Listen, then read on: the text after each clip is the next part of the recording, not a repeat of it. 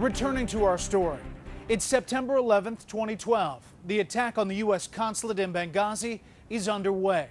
Back in Washington, what does the president know and when does he know it? What does he say and when does he say it?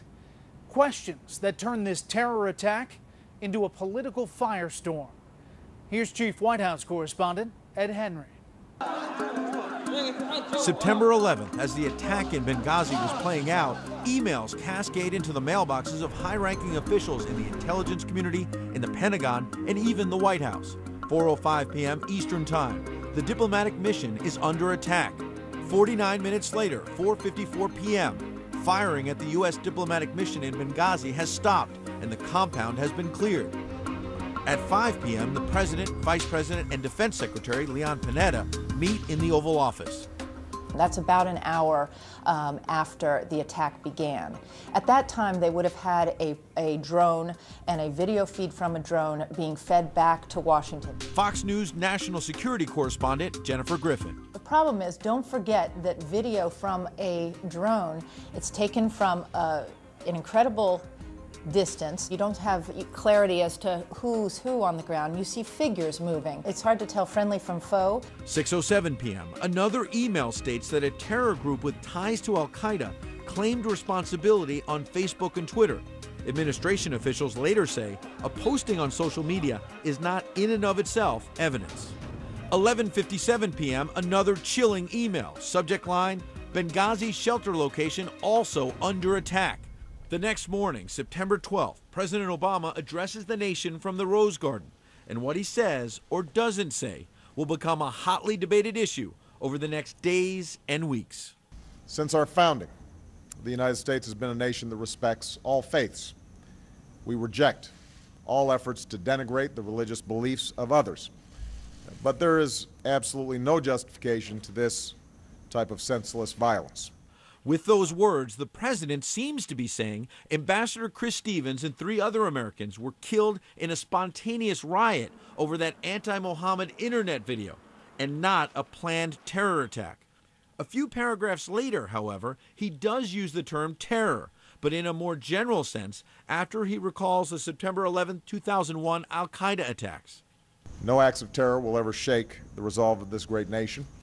It is a hugely important distinction to some Obama critics like best-selling author and commentator Mark Stein. There are always reasons to riot in the Muslim world. Stein believes the president was trying to dodge responsibility for the attack by chalking it up to the sort of sudden, irrational, out-of-proportion outrage we often hear about in the Muslim world. I happened to be in the Oval Office once, and President Bush gave a very droll line. He said, oh, well, it's always something. If it's not the Crusades, it's the cartoons. In other words, you might riot over the Danish cartoons, or a Sudanese schoolteacher's teddy bear, or the swirl on a Burger King ice cream tub that happens to look like Allah written in Arabic. There's always a reason to riot. You are aware that we've got an election going on. That afternoon, the president leaves for a campaign trip to Las Vegas. The President of the United States did not postpone a campaign event, even though we had been hit. I said at the time, I thought that was the biggest political strategic mistake of the Obama campaign. Dana Perino was the White House press secretary for the George W. Bush administration. She's now a Fox News host. Just imagine if he would have said, as commander-in-chief, it is important for me to stay back here at the White House. Just imagine, everybody would have thought, wow, how responsible. Once the president had made his statement, I'm not sure what he should have done. Democrat Eleanor Holmes Norton represents the District of Columbia. Are we supposed to sit in mourning for several days and not go about our daily business? September 13th, Secretary of State Hillary Clinton suggests the attack was just a spontaneous demonstration about the anti-Islam video. There is no justification, none at all, for responding to this video with violence. White House Press Secretary Jay Carney explicitly blames the video the next day. These protests were in reaction to a video. We have no information to suggest that it was a pre-planned attack. And later that day, at the transfer of remains ceremony at Joint Base Andrews, Clinton talks again about the video. We've seen rage and violence directed at American embassies over an awful internet video that we had nothing to do with. The father of one of those killed later tells Fox News Clinton told him personally they were going to arrest and prosecute the producer of the video. The next day, September 15th, California authorities haul Nakula Basili Nakula, the man who produced that video, in for questioning and march him in front of TV cameras. September 16th, U.S. Ambassador to the United Nations, Susan Rice, goes on 5 Sunday talk shows, repeating the same story each time. This was not a pre-planned, premeditated attack. That what happened initially was that it was a spontaneous reaction to what had just transpired in Cairo as a consequence of the video. They panicked. They panicked. Former White House Chief of Staff John Sununu is now a senior advisor to Republican Mitt Romney's campaign. This is purely a political reaction in a White House that had prepared itself to establish a narrative of a president getting rid of the threat of terrorism, using the death of bin Laden to focus on that, and waking up one morning and finding out that terrorism on 9/11 of this year was back full-fledged and even killing a U.S. ambassador. Former Obama State Department spokesman P.J. Crowley. I don't see a political agenda here. I see the fog of war. The fact that we still do not know, it's not about politics. It's about the difficult task of reconstructing what happened and having full access to the site and to all the people that played a role in this. September 18th. Did the administration have any sort of heads up that violence was increasing specifically in Libya before the attack? I'm not aware of any, Ed. This is a matter that's under investigation in terms of what precipitated the attack. That night on The Late Show with David Letterman, President Obama gives perhaps his most elaborate explanation of what he says happened in Benghazi. Was it a spontaneous riot or a planned attack? A combination of the two, he suggests. You had a video that was released by somebody who lives here, sort of a shadowy character. This caused great offense in much of the Muslim world, but what also happened was extremists and terrorists used this as an excuse to attack a variety of our embassies, including the consulate in Libya. But on September 25th at the United Nations, the president mentions the video 6 times. There's no video that justifies an attack on an embassy. September 27th, the producer of that video, Nakula Basili Nakula, is ordered detained without bail by a federal judge for allegedly violating the terms of his probation. He remains in custody to this day. The attack on our consulate can't be blamed on a reprehensible video insulting Islam. By October, the Republican presidential ticket is hitting President Obama hard, saying he's ducking responsibility for the attack. What we are watching on our TV screens is the unraveling of the Obama foreign policy. October 16th, at the second presidential debate, Romney and Obama face off. They highlight the now familiar charges and countercharges over whether President Obama took the Benghazi attack and, by implication, the Islamic terror threat in general, seriously enough.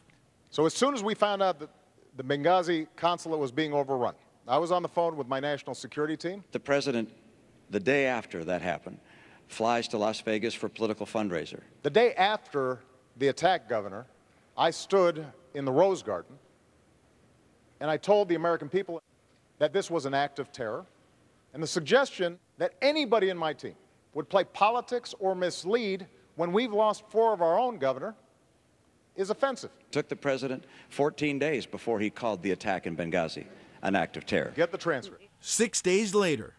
The first question, and it concerns Libya. October 22nd, the final presidential debate. Governor Romney, you said this was an example of an American policy in the Middle East that is unraveling. But if anyone was hoping to see another Donnybrook over Benghazi, they would be disappointed. We see in Libya an attack apparently by, well, I think we know now, by terrorists of some Whatever kind. their reasons, both candidates seem ready to move on. Well, my first job as Commander-in-Chief, Bob, is to keep the American people safe. And that's what we've done over the last 4 years. The story, however, is not going away. Could the terrorist attack in Benghazi have been prevented? Could it have been stopped? Special Report investigates after the break. On September 12, 2012, 4 Americans died in Benghazi. This week brought a new set of questions. Among them, should the military have responded more quickly and forcefully? Or was that impossible under the circumstances? October 24th, the State Department. We are intent on figuring out who did this and bringing the perpetrators to justice, but I'm not going to get into the details. Details are trickling out. A suspect jailed in Tunisia, another killed by Egyptian police, another identified but still free in Benghazi. Meantime, a number of former national security officials, from Republican administrations to be sure, start asking questions about the response to the attack. You don't just passively allow Americans to remain under attack for 8 hours of time when you have forces within range and do nothing.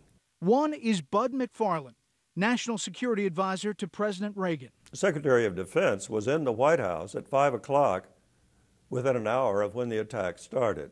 He could have told him, yes, we have special operations people and F-18 aircraft that could be deployed right away. To have known what he had available, to have known that Americans were under fire, and to have done nothing is dereliction of duty that I have never seen in a president of any party. Outrageous. That's pretty strong stuff. Well, Bret, it is strong. I wouldn't say that if there was any ambiguity about the conditions on the ground. But there really wasn't. Americans were being killed. You must respond. That is your duty. You're the commander-in-chief. There's a lot of Monday morning quarterbacking going on here. October 25th, Defense Secretary Leon Panetta responds to the growing chorus of criticism. Basic principle is that you don't deploy forces into harm's way without knowing what's going on, without having some real-time information about what's taking place. Panetta declined our request for an interview. So did National Security Advisor Tom Donilon. Mr. Donilon with Fox News, would you be willing to answer some questions about Benghazi, please? Good morning, guys. Why don't you get me off the call? In fact, a Special Reports investigates interview request for any White House official went unanswered. We're not Harry Potter. We're all of a sudden with a wand we can appear in Libya suddenly. So we turn to former Congressman Joe Sestak, a Pennsylvania Democrat who's also a retired 3-star admiral. The F-16s and the Special Forces and the Navy destroyers were in the neighborhood for Benghazi. But the logistics there, in order to have people from the airfield, if they're coming in to transport, move them over there. You have a whole scheme of things to work through. I've read these accounts, and I think people who are there would have done anything to get there, but it does take some planning. On October 26th, the father of former Navy SEAL Tyrone Woods, who was killed in action at the annex in Benghazi, went on Fox News America Live to respond to reports that the CIA operators requested help during the firefight and were denied. Those people who made the decision and who knew about the decision and lied about it are murderers of my son. And then President Obama does an interview with a local Denver reporter. Were they denied requests for help during the attack? Well, we are finding out exactly what happened. I guarantee you that everybody in the State Department, our military, CIA, you name it, had #1 priority making sure that people were safe. These are our folks. I find it astounding. I find it a lack of leadership. Republican Senator John McCain says the military should have been prepared to respond long ago.